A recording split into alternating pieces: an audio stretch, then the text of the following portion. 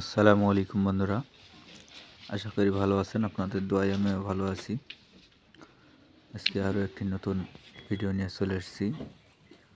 2 থেকে 3 দিন ধরে কোনো ভিডিও আপলোড করতে পারিনি।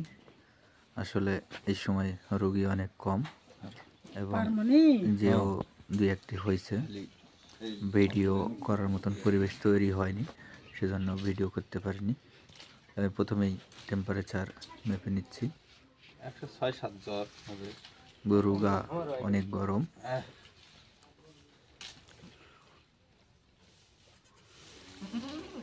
গরুটি সকাল থেকে কোনো কিছুই খাওয়া দাওয়া করেনি, সেজন্য গরুওয়ালা আমাকে ফোন দিয়েছে।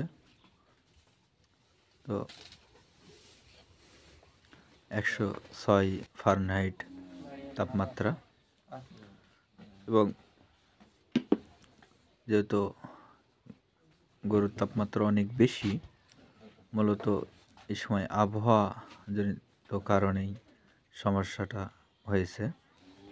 ইফিমেরাল ফিভার বা 3 দিনের জ্বর। প্রথমেই আমি অ্যান্টিহিস্টামিন অ্যাস্টাভেট দিয়ে নিলাম। এরপরে মেলভেট, এটাও মাংসে দিয়ে দিচ্ছি। বডি ওয়েট অনুযায়ী মোটামুটি 120 থেকে 25 কেজি ওজন হবে, টোটাল ওজন গরুর। তো 8 থেকে 10 সিসি দিয়ে দিচ্ছি। এছাড়াও ইট্টোসিন 100 ইঞ্জেকশন, এটাও মাংসে দিয়ে দিচ্ছি। এটাও 10 ml ইঞ্জেকশন। পেটে কোনো সমস্যা নেই, তারপরও পেটে হালকা পাতলা কিছু সমস্যা হতে পারে, যেহেতু অসুস্থ আছে।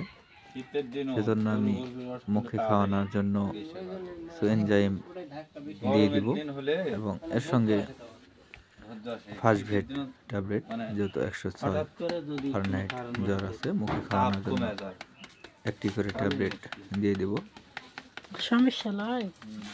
তো বন্ধুরা, আমার ভিডিওগুলো যদি আপনাদের ভালো লাগে তাহলে লাইক, কমেন্ট এবং শেয়ার করে পাশে থাকবেন। আপনারা দেখতে পাচ্ছেন ফার্স্টভেট এবং এসকেজাইম পাউডার। ফার্স্টভেট একটি ট্যাবলেট এবং এসকেজাইম পাউডার একটা একবারে খাবে।